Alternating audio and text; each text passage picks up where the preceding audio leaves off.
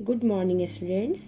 आज हम लोग विज्ञान विषय का वर्कशीट नंबर 49 पढ़ेंगे। ऊतक चैप्टर से इसमें पढ़ना है और जटिल अस्थायी ऊतक के बारे में पढ़ेंगे। जटिल अस्थायी ऊतक दो प्रकार के होते हैं, एक जाइलम और दूसरा फ्लोएम। तो इस वर्कशीट में हम फ्लोएम के बारे में पढ़ेंगे। फ्लोएम का क्या कार्य होता है? फ्लोएम क्या है? फ्लोएम पौधों में जो पत्तियों में भोजन तैयार होता है उसको पौधों के विभिन्न भागों में पहुंचाता है। तैयार भोजन को पौधों के विभिन्न भागों में पहुंचाने का कार्य फ्लोएम का है। फ्लोएम 4 प्रकार की कोशिकाओं से मिलकर बने होते हैं। पहला चलनी नलिका, दूसरा साथी कोशिका और तीसरा फ्लोएम पेरेन्काइमा और फ्लोएम रेसे। ये जो है फ्लोएम, यह जीवित कोशिका होती है। सिर्फ फ्लोएम रेसे जो होते हैं मृत कोशिका होती है। ये तीनों जीवित होते हैं। चलनी नलिका छिद्रित भित्ति वाली तथा नलिकाकार कोशिका होती है। चलनी नलिका के साथ साथी कोशिकाएं लगी होती है जिसमें केंद्रक और कोशिकांग होते हैं। चलनी नलिका, जैसे हम आटा चालते हैं तो आटे वाली चलनी में छेद होता है, इसी तरह चलनी नलिका भी एक छिद्र युक्त बनी होती है।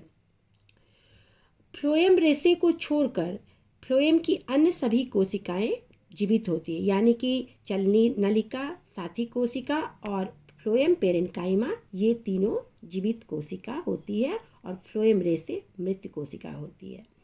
फ्लोएम का कार्य है, फ्लोएम पत्तियों से भोजन को पौधों के विभिन्न भागों तक पहुंचाता है, जिसे भोजन का स्थानांतरण भी कहते हैं।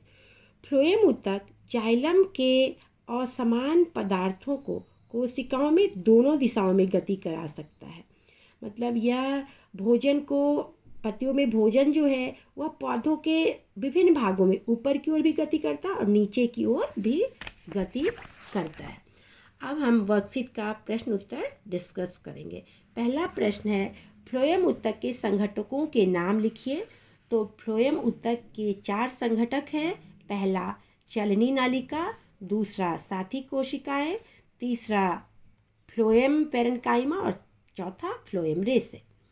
दूसरा प्रश्न है, जाइलम और फ्लोएम में अंतर स्पष्ट कीजिए। जाइलम यह जल तथा खनिज लवण का संबंध करता है। यह मुख्यतः मृत तत्वों का बना होता है। और फ्लोएम यह भोजन का संवहन करता है। यह जीवित ऊतक से बना होता है।